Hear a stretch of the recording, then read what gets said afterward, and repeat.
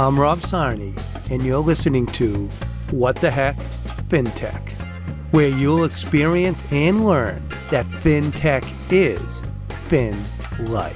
Let's get started.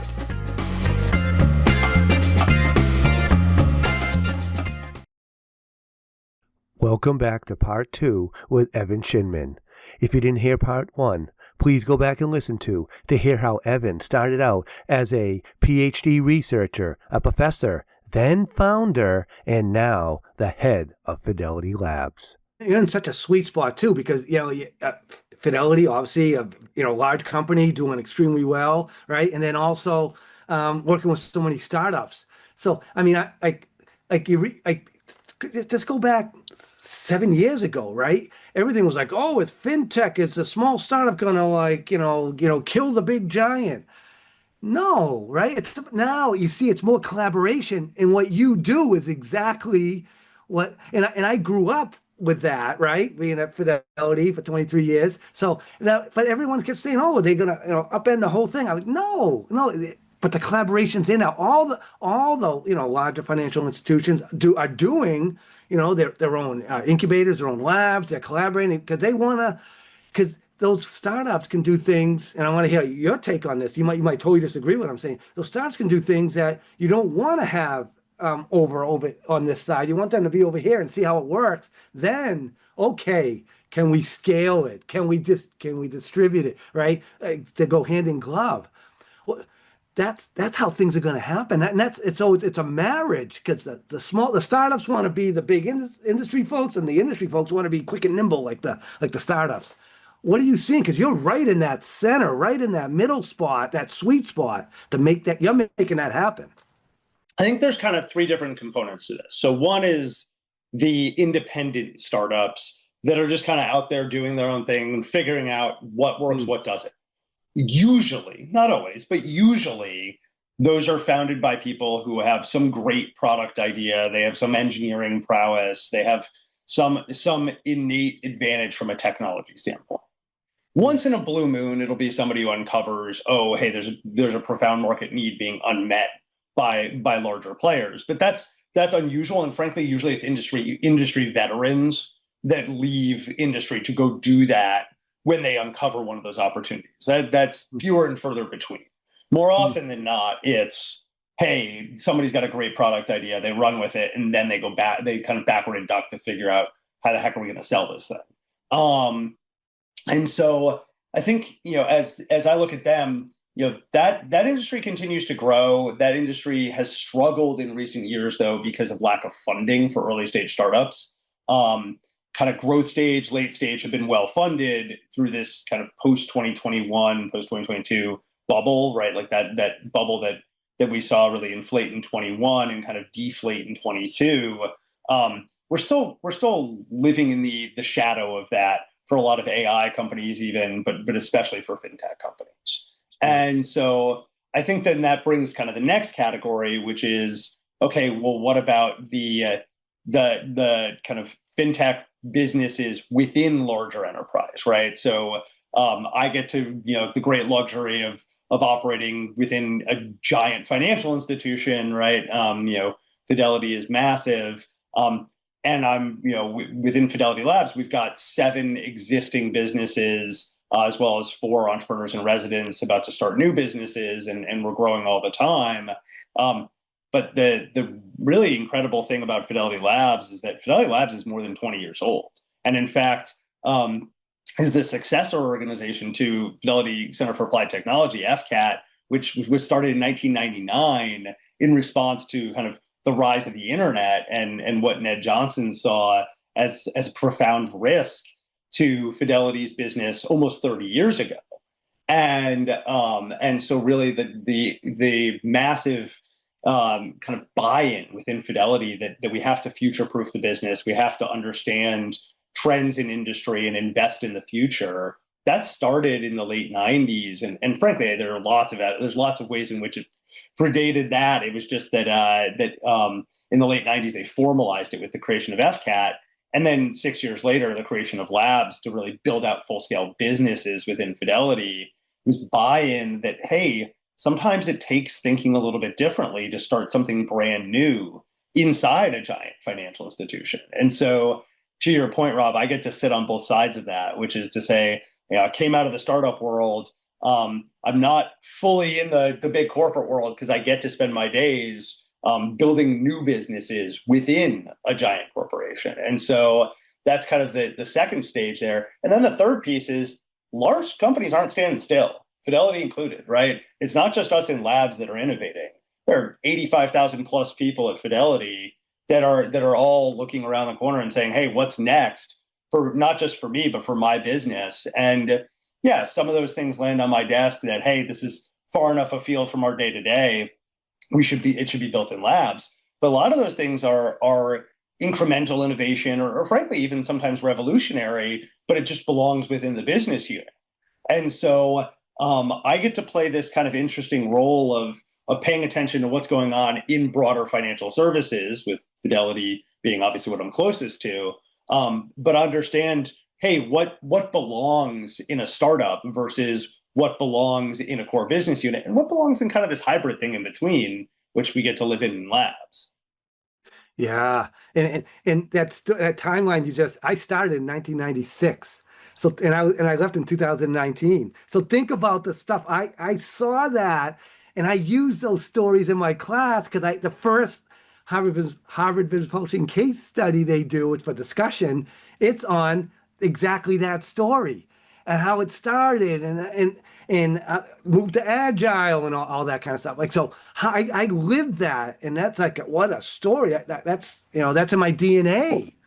Well, and you think about it, we all look at the success stories of companies that have done this right? Like that have future-proofed their business, have evolved. There's also dozens of stories of companies that went the other direction, right? Not to pick on anybody, but I'll use my own family as an example, right? My grandfather was an optical engineer for Kodak, and among the worst financial decisions I've ever heard of, when a colleague of his pitched him on this idea to be able to take pictures of a document and print as many copies as you want, he told him to get out of his office, that he wasn't going to invest. And so that became Xerox, right? And I mean, these are like great businesses were born out of some of these older technology companies like a Kodak. Great businesses also died because they didn't innovate. And Kodak's the canonical example of this, vis-a-vis the digital camera, right? And so, we look at that and say, that's kind of a cautionary tale for it's not just how do you skate to where the puck has been, but like, how do you skate to where the puck is going? And frankly, more importantly, how do you know where the puck is going?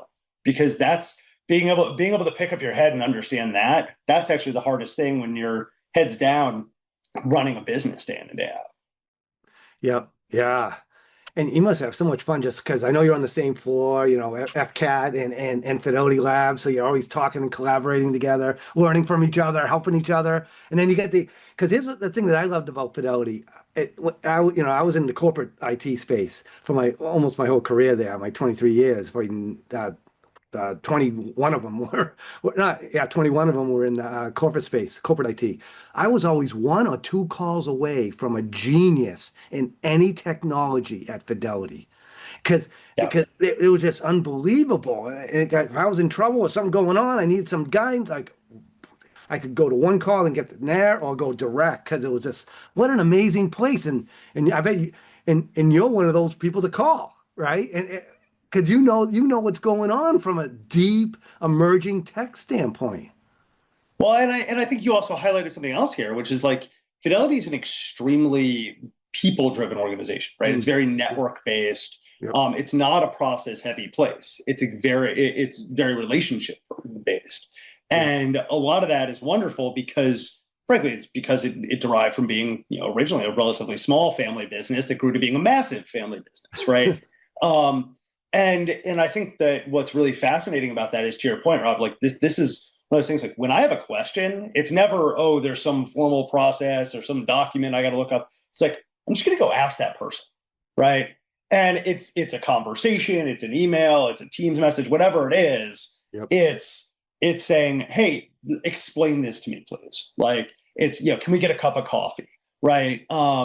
And to your point, the resources are incredible to be able to answer those questions. And I had one of my entrepreneurs in residence pull me aside a few weeks ago saying, um, hey, as we start recruiting the next cohort of EIRs, one of the things we should tout is specifically the FCAT research team. The Center for Applied Technology has a phenomenal research team that does really incredible groundbreaking studies of societal trends, deep dives into specific things. It's like, this is such valuable insight into what we should build, where there's white space, where there's opportunity, where there's things to avoid. He keyed in on it as, hey, this is a selling point as you're trying to bring in entrepreneurs to build new things. Like having this quality research team just sitting at your disposal is a completely different thing than exists almost anywhere else in the world, except for maybe academia, and they don't have the distribution rails that we do. Right, right. Let's go to Fidelity Labs a little bit now. Like, what do you got cooking going on? I'd love to. Yeah. I don't know if you can't tell me, you can't tell me. I fully get it because you guys are always figuring stuff out. Anything you can share with this audience that like what's going on, like maybe right now or close to now? Yeah, for sure. So I guess I'll talk about the businesses that I'm allowed to talk about. So as I said before, we've got 7 businesses operating in labs right now.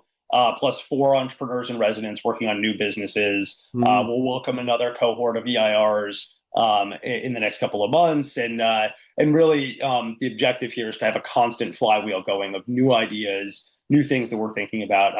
One of the big things I've changed since joining Fidelity almost a year ago is really to focus in on this EIR program. So we do have a constant flow of new talent, new ideas, and really just we accelerate the pace of innovation. With that, and importantly, we don't have an expectation of batting 1,000, right? It's almost impossible to have 100% success rate in anything, let alone entrepreneurship. And so, really, our expectation here is that we have a faster flow of ideas. We will have more failures, but we'll also have more successes. And so that's been the big change since I joined is really growing that EIR program. In addition to that, we've got, as I said, the 7 operating businesses in labs. I can talk about a few of them, not all of them publicly. But Fidelity Private Shares was originally a company called Shoebox that Fidelity acquired 3 years ago. Shoebox, cap table management, 409A valuation, data room document storage, a lot of startups in the Boston ecosystem, but also much more broadly, are using Fidelity Private Shares for their cap table management. And we think we've got the best product in the market there. We're very excited about the fact that, to be completely honest, our service model is just world leading. We are so much better than anybody else in the space.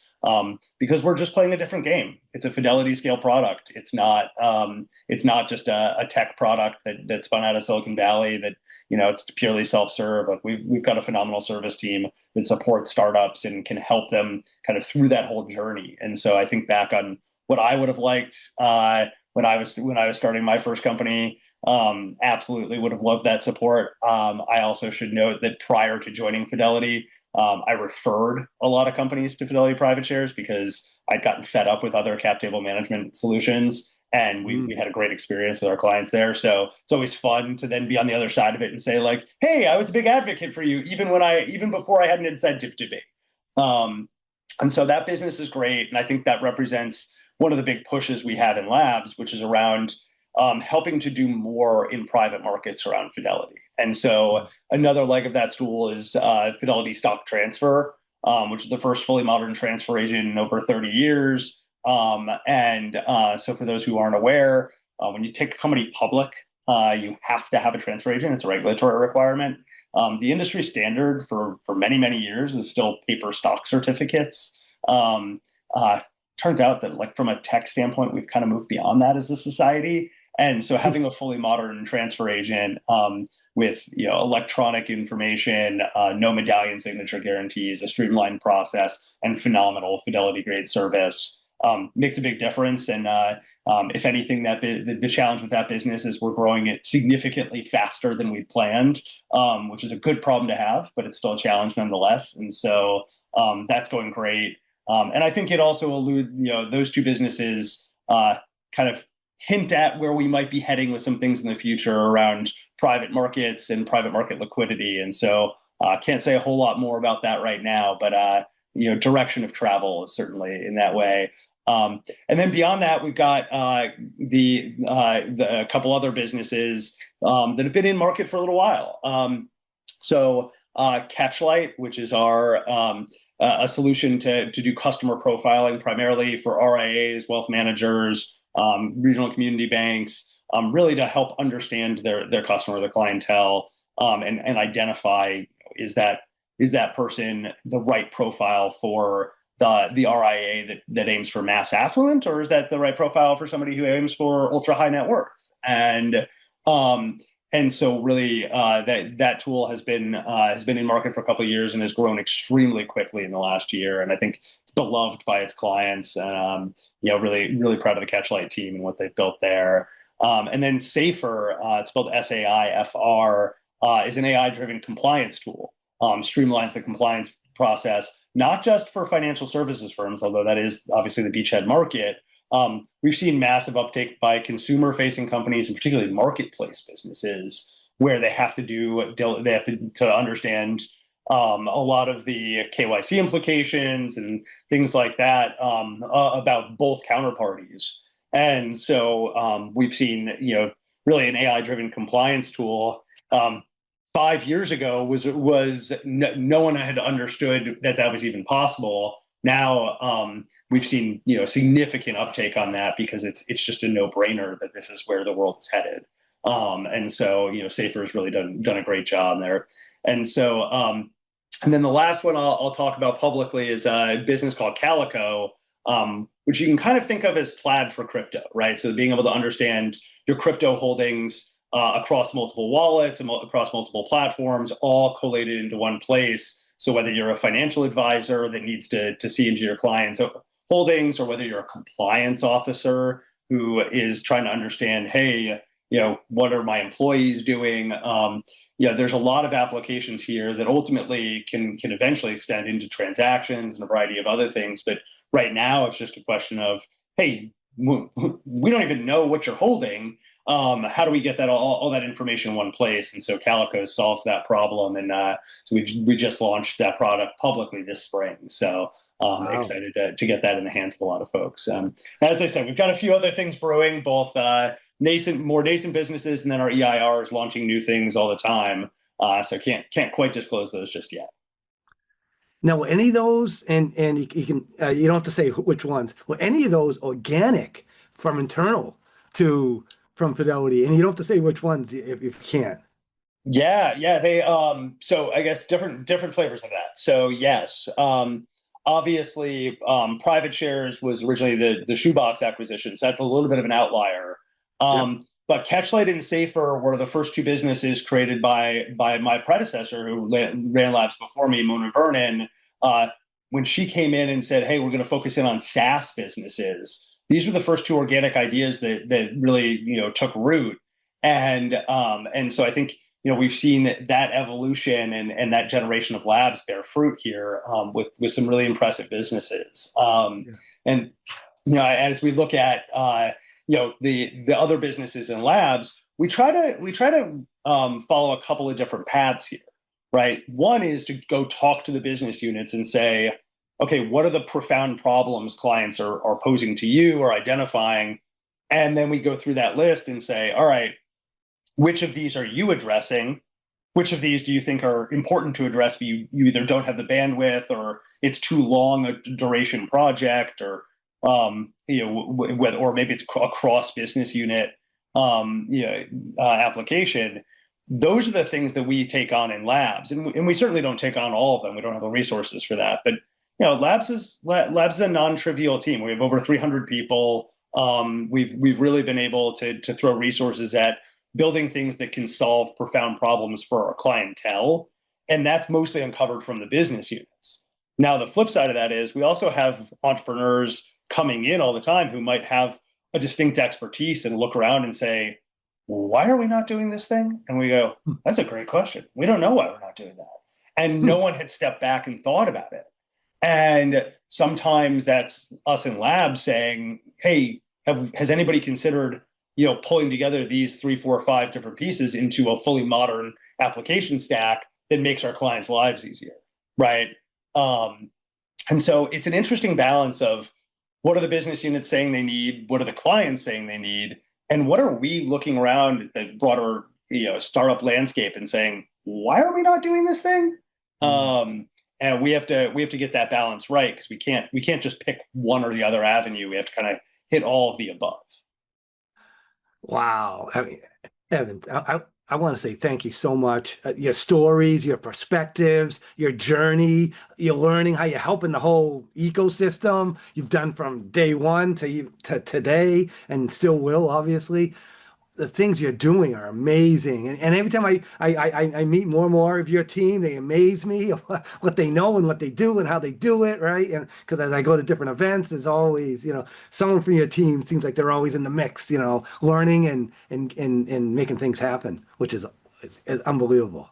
Wow. Yeah, it's fun to get to do what we do, right? I've been in the fintech ecosystem a long time. I'm very fortunate that I had some wonderful people who encouraged me to leave academia and go start Prattle, which is my first startup, and then kind of let me keep at it, building subsequent businesses, Market Reader, Outrigger, et cetera. I've been fortunate in that way. I've also, I think we're fortunate in the Boston area to have great support system for the fintech world, right? So the Fintech Sandbox is a wonderful organization that I've been a part of for a long time. Gotten the advantage of leveraging their data access. And then Mass Challenge is so supportive of the startup ecosystem broadly and has a whole fintech program now that's supports a lot of companies. I think we're fortunate as Fidelity to be part of that ecosystem. I personally have been lucky to get to interact with probably thousands of wonderful entrepreneurs over the years. And so I hope it continues to be just as much fun as it's been.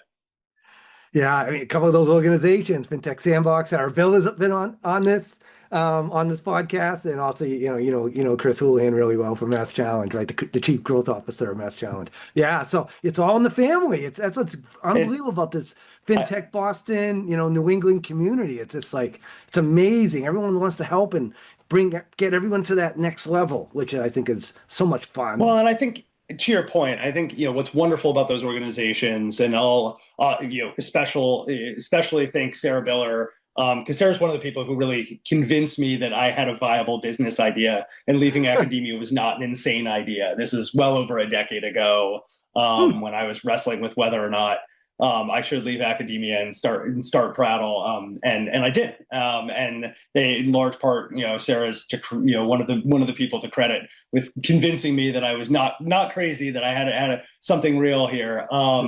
And I think Fintech Sandbox is a great example of this. I think Mass Challenge is a great example of this. These are organizations that help startups figure out how they can collaborate, right? They're not going in and saying, oh, this is cutthroat competitive, either this one's getting funded or that one is. It's no, how do we make sure the rising tide lifts all boats here, right? How do we help build businesses?